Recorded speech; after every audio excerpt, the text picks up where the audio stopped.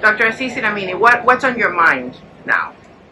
This is the date 3, and more information is becoming available, but I don't believe it's changing the way that we should be approaching to find out exactly what were the cause or causes of the collapse.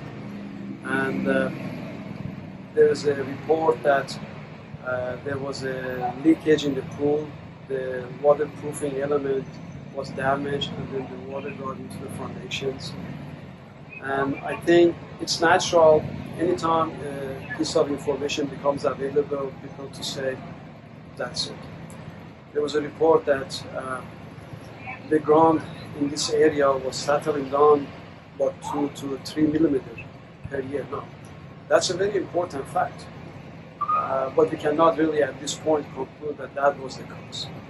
Then there was this report that there was a construction activity was going on the top of the building. So it's again natural tendency to say, oh, that was the cause of it. So that's why we have to give time to the investigators to look at all the information that's available and put these different pieces of the puzzle together and do all the analysis that's necessary and come up with the reason why this building basically collapsed. I think at the end of the day, you're going to find out it wasn't just one factor, it was many factors that played a role in the collapse of this thing. And in my professional life, what I have seen, that's always the case. It's not just one factor, there's several factors that goes hand in hand.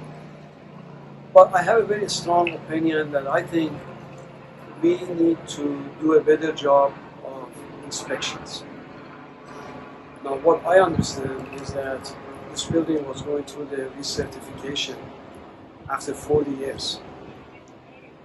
40 years to inspect structurally, that's way too long. You don't wait 40 years to go to doctor to see what's wrong. You don't wait 40 years to check the oil in your car. And you know what can happen if you wait that long. In the case of some other structures that we have, we inspect them once every 2 years. Now, that doesn't mean that we have to inspect every high-rise building once every 2 years. But I think we can do some minimal inspection, maybe every 5 or 10 years, and then one very complete inspection, which is electrical and everything else, once maybe every 25 years, 30 years, or whatever it is.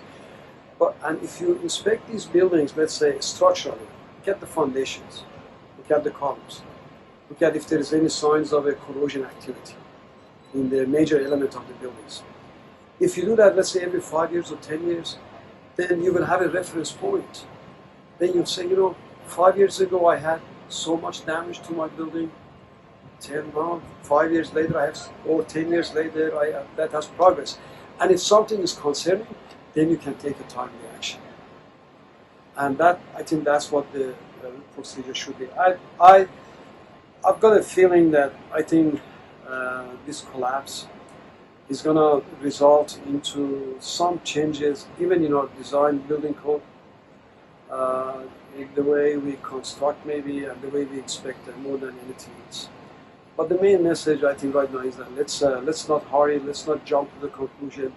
The investigators, they have not done anything similar to this exactly, but there has been other collapses. So there is a general roadmap on what you do. You look at every piece of the evidences, you piece together, and then you complete the story, and then from there, then you decide that, okay, what the cause is, what the causes are, and then the next step is, okay, what lesson do we learn, and then what should we do differently in the future so something like that doesn't happen.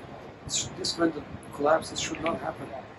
And that's, unfortunately, that's how the engineering, that's how the science evolves. We learn from our mistakes. We don't learn from our success stories. We learn from the changes that has been incorporated. The majority of it is because of some of the experiences that we have seen, some of the experiences we have gained from the lessons we have learned from the tragic events like this.